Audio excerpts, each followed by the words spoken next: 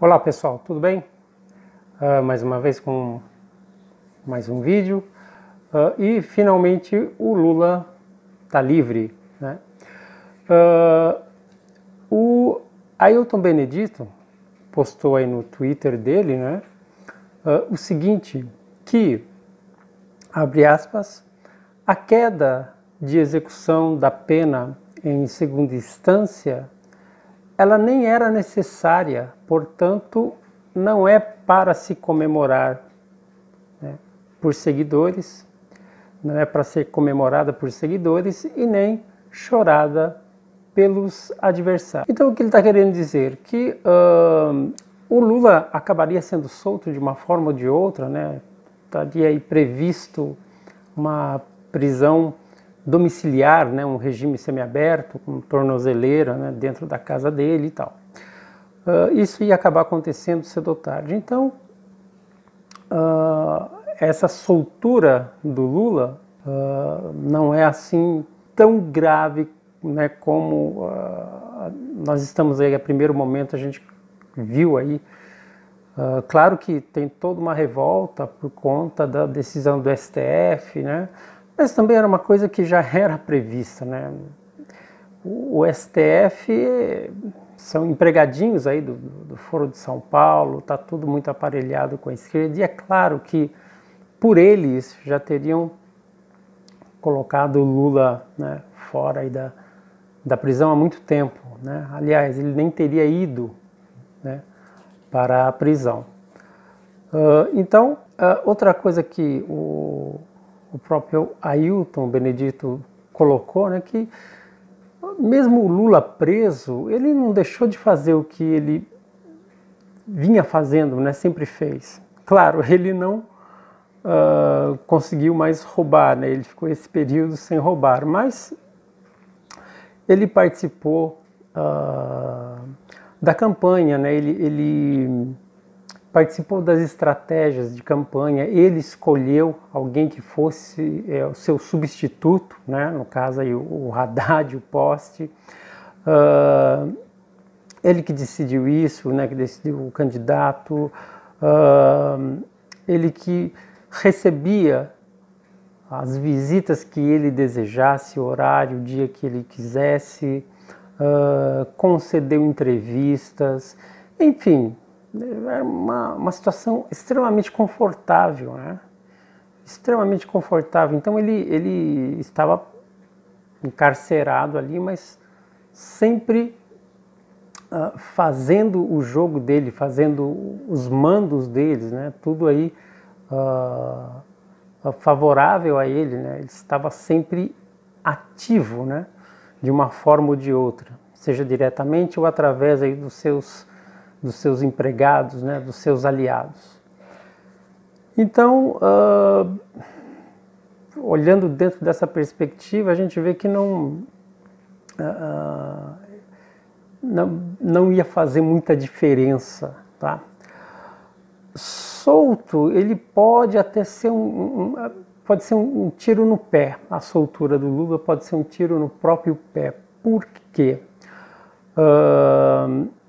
Ele corre o risco, né, se ele resolver sair em caravana, tentando aí fortalecer a esquerda, fortalecer o próprio nome, o PT, né, o partido tentando levantar de novo a bola do PT, ele corre um sério risco de ser vaiado, de ser repudiado pela população, como já vinha acontecendo antes dele ser preso, né? Teve aí episódios no Sul em que a caravana foi atacada com pedradas e ele foi praticamente expulso de algumas cidades do Sul. E isso pode vir a acontecer ainda com mais frequência, com mais intensidade em todo canto do país, né? O ódio que as pessoas, né, desse tempo para cá, né, desde quando ele foi preso até hoje, né, com toda essa roubalheira, todo esse envolvimento dele com esse crime organizado sendo mostrado, né, provado aí para todo mundo, isso só fez aumentar o ódio das pessoas com relação a ele. Então, ele até pode ter muita força ainda em algumas regiões do Nordeste, né? Mas, de maneira geral, olhando para o país, o Lula não tem mais poder político para se erguer ou para erguer o PT. Já não existe mais esse poder político, né? E ele sabe disso, tá? Caso contrário, não haveria aí uma preocupação com a sua segurança pessoal. Ele está preocupado com a segurança pessoal dele, de repente sofrer algum atentado, né? Ele tem essa preocupação. Então ele sabe que a população vai repudiá-lo, né? Que a maioria, a grande massa, vai repudiá-lo, vai tentar aí atingi-lo de alguma forma. Agora também tem um outro ponto, né? A gente sabe que isso é um fato. Esse risco, né, dele sofrer algum atentado é um risco factual. Isso pode de fato acontecer, né? Pelo ódio que ele veio despertando na população por tudo que ele fez, né, o país, né? E é um ódio, um repúdio crescente. Então, e quanto mais ele ataca figuras como o Sérgio Moro, que é tido como herói nacional, né? Quanto mais ele ataca a Lava Jato e se coloca no lugar de inocente e coloca o Moro como o criminoso da história, mais esse ódio aumenta, né? Mais ele gera ódio na população, tá? Então isso acaba sendo uma outra prova de que ele não tem força política para ganhar nenhum tipo de eleição, né? O que continua forte no Lula é a imagem, é o símbolo que ele representa para a esquerda, né? Ainda que haja no meio da esquerda aqueles que já descartaram o Lula, já entenderam que o Lula não tem mais força política, né? Mas ainda assim ele é um símbolo, né? Só que para esse símbolo continuar forte, para esse símbolo expandir em força, em representatividade, precisaria acontecer algo diria até de excepcional, né? Ele precisaria de fato morrer, ser morto, né? Então isso acaba causando uma comoção na população de forma geral, e a imagem dele, o símbolo que ele representa acaba intensificando, ficando mais forte, que é o que aconteceu com a Marielle, né? A esquerda, ela sabe do poder da força do símbolo, da imagem, né? Da figura simbólica. E a Marielle, que Marielle não era ninguém, era uma pessoa assim no meio político, sem expressão nenhuma. Ninguém conhecia a Marielle. Ela se tornou conhecida após o assassinato, né? Então, havendo essa possibilidade do Lula ser morto, então essa imagem, né, que ele representa, esse símbolo, se intensifica, se fortalece, e isso acaba fortalecendo a esquerda, né? Porque eles acabam tendo aí um mártir. Então, o Lula como mártir tem muito mais força do que o Lula como um político atualmente medíocre, né? sem nenhum futuro político. Então, lembremos de uma coisa, comunista mata comunista. Tá? Então é muito mais fácil alguém da esquerda, alguém do próprio meio do Lula, matá-lo do que um cidadão comum que não tem nada a ver com a esquerda, que possa ser de direita, mas um cidadão que esteja aí no seu auge de revolta, né, no extremo da revolta, e resolva atentar contra a vida do Lula. Né? Então é muito mais fácil ele ser morto pela própria esquerda, né? Lembrando que a Marielle mesmo, né? O suspeito aí de envolvimento do crime da Marielle são pessoas do próprio meio ali da esquerda, pessoas ligadas a ela, ligadas, né, ao PT, ao PSOL. Então eles se matam entre eles. É o caso aí do Celso Daniel, né, que, segundo a delação do Palocci, o próprio Lula mandou matar o Celso Daniel. E entre outros que morreram, pessoas muito perto, pessoas aliadas que morreram ou mandaram, né, matar essas pessoas, elas foram assassinadas, né, ou porque sabiam demais, ou porque já não serviam mais para a causa, né, esquerdista. Então veja, é muito comum, comunista, historicamente, né, veja aí, dentro de toda a história do socialismo, do comunismo, eles sempre mataram um ao outro quando já não servia mais e quando já não deixava de ser útil, né? E um outro aspecto é que, com a morte do Lula, vamos imaginar aí que ele seja morto pelos seus próprios pares, né, pela própria esquerda, isso pode ainda, essa morte pode justamente ser ligada, através de um plano, ser ligada ao próprio Bolsonaro. Quer dizer, a esquerda mata o Lula e colocam a culpa, né, através de algum plano bem elaborado, eles sabem fazer isso, sempre fizeram muito bem isso, e jogam a culpa no Bolsonaro. Não tentaram incriminar ele, ainda, né, estão tentando incriminá-lo no caso da Marielle, né, como foi aí a última reportagem da Rede Globo, né, com o caso do porteiro, né, pegaram uma coisa totalmente longe, né, da realidade, mas transformaram numa narrativa e ligaram o Bolsonaro ao crime da Marielle. Então é muito fácil a esquerda ver que o Lula, enquanto pessoa pública, vendo que ele não tem força, né, é muito mais fácil acabar com a vida dele, jogar culpa no Bolsonaro. Ele se torna um símbolo, né? O Lula, a sua imagem simbólica fortalece no meio da esquerda, acaba gerando toda uma comoção, uma união, né, da esquerda, e ao mesmo tempo toda essa morte acaba caindo nas costas do Bolsonaro, incriminando o Bolsonaro. E haverá acusações não apenas da parte da esquerda, mas dos próprios isentões, aí toda a mídia, todo mundo vai se apoiar, comprar essa narrativa e jogar nas costas do Bolsonaro. Então isso é um panorama muito fácil de acontecer, é possível que isso aconteça, tá? Isso não está longe, não é uma fantasia.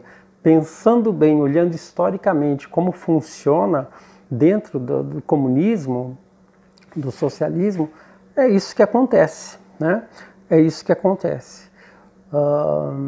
Então, eu vejo que o maior risco é o Lula, no caso de um ataque, né, de uma tentativa aí de assassinato, e que isso é mais fácil vir da esquerda do que de qualquer outro meio, do que de qualquer pessoa, qualquer cidadão comum, seja ligado à direita, ou enfim.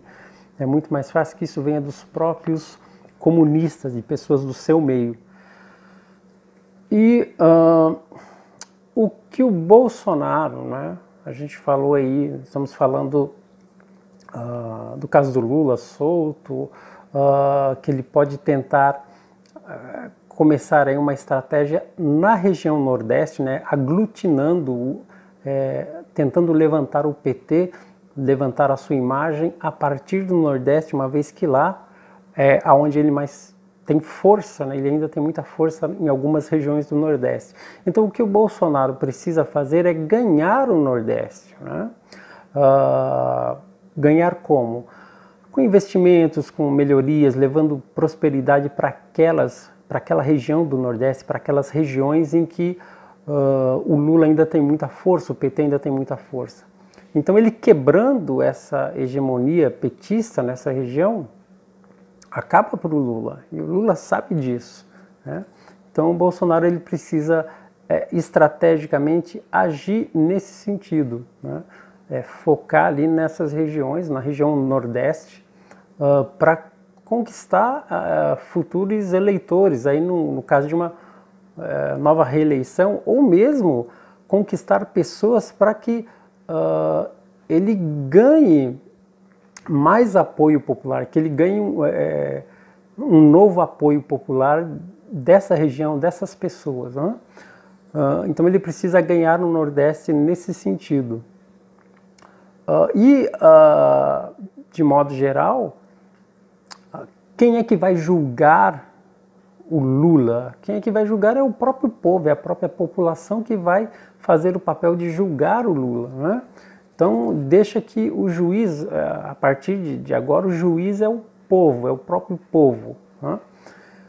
Eu, falando, né, sobre esses assuntos no vídeo, algumas coisas aqui, conversei com o meu amigo Avelar, né, e ele disse uma coisa interessante. O Avelar, ele aponta que, uma coisa bem interessante, né, que sobre a questão da reforma das prefeituras, né, a ideia das cidades aí, as cidadezinhas com até 5.000 habitantes, elas deixariam de existir, né, elas seriam anexadas, né, às cidades maiores, e então toda essa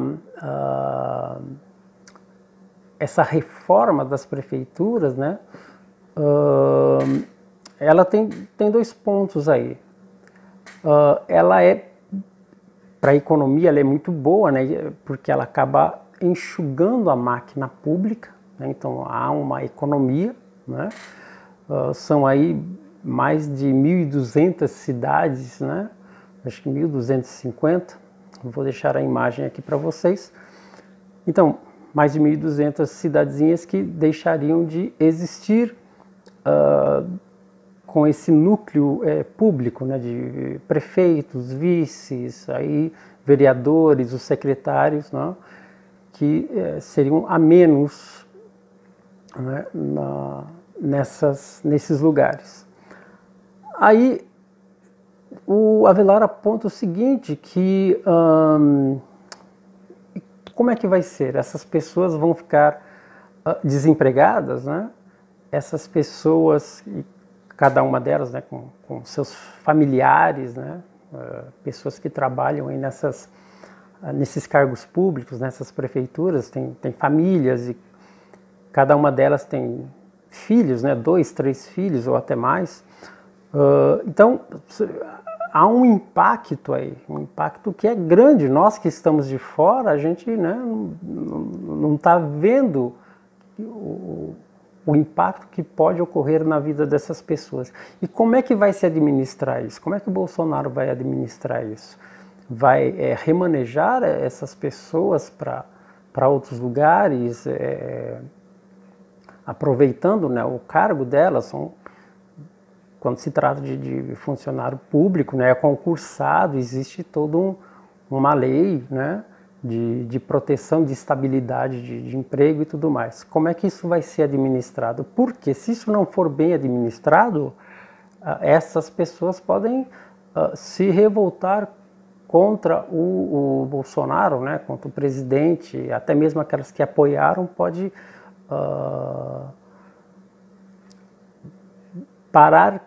deixar de apoiá-lo, né, por conta disso aí. Então, o que precisa ser feito é uma estratégia. Se o Bolsonaro tira com uma mão, ele tem que dar outra coisa no lugar com a outra mão, né? Então, ele precisa haver uma troca, tá? Ele precisa fazer algum benefício para essas cidadezinhas, para essa região, que atinja diretamente o povo, né, toda a população desses lugares. Então, isso precisa ser muito bem pensado. O que o Avelar colocou aqui é que não é um momento propício para se fazer esse tipo de reforma administrativa, né? Pode não ser um momento propício, ainda mais agora com essa questão o Lula solto, pessoal aí já, na verdade, nós já estamos, né, em campanha, né, cada um aí querendo já se programar para as próximas eleições, né? Pode ver aí Dória, Witzel, tem pessoal aí da esquerda, o Ciro, enfim, todo mundo já se movimentando para pensando nas próximas eleições, né, presidenciais. Mas enfim, o que acontece é que o Bolsonaro precisa saber administrar essa reforma nas prefeituras, essa reforma administrativa, pensar de uma maneira muito estratégica, né, e para que esses impactos negativos na vida dessas pessoas possam ser minimizados e revertidos, né, de alguma forma em favor a elas, né, em favor a essas pessoas. Então vamos aguardar aí como é que isso vai ser feito, a partir de quando e, né, como será esse processo. Agora, com relação ao Lula, eu acredito, né, que pode ser realmente um tiro no pé, essa saída dele. Claro que ele pode voltar a ser, né, julgado, né, por tantas outras coisas no qual ele está envolvido, né? Então vamos aguardar isso e o que temos que fazer, o que a população tem que fazer é pressionar o Senado, né? Tem aí o pacote anticrime do Moro que precisa ser votado, né? Precisa vir, né? Se tornar de fato, né, lei. Então são essas coisas que nós precisamos focar. Tem aí manifestações marcadas, né, acho que uma para amanhã, dia 9, e também para o dia 17. Bom, vamos ver aí como é que a população vai se manifestar nessas chamadas, né, para manifestações, e temos que pressionar o Senado, né, isso é fato. E outra coisa é ficar de olho, né, ficar atentos, cuidado com essas narrativas, né, que já tem surgido aí, as próximas narrativas que serão criadas em favor do Lula e contra o Bolsonaro, né? Hoje, inclusive, teve uma repórter eu acho que é da Globo News, em que ela chamou o Bolsonaro de ex-presidente, né? Então, até que ponto isso foi um erro, né, pontual, foi planejado, foi intencional, né? Então vamos tomar cuidado com essas narrativas. Ademais, duas coisas que nós temos que fazer: ação e oração, né? Nós temos que agir, seja através das manifestações bem calculadas, bem pensadas, né? E além de toda a pressão que a gente precisa colocar no Senado, né? E oração, dobrar o joelho e pedir a Deus aí para que dê um melhor direcionamento, né, ao Bolsonaro, ao governo, e que nos ajude, né, porque afinal de contas não se trata apenas de uma guerra humana, material aqui, mas antes de tudo nós vivemos uma guerra espiritual, né, a luz contra as trevas mesmo. Então é isso, pessoal. Se você gostou do vídeo, compartilha, deixa o seu comentário aqui, né, sua opinião a respeito de tudo isso que está acontecendo, e a gente se vê aí no próximo vídeo. Faça o seu caminho.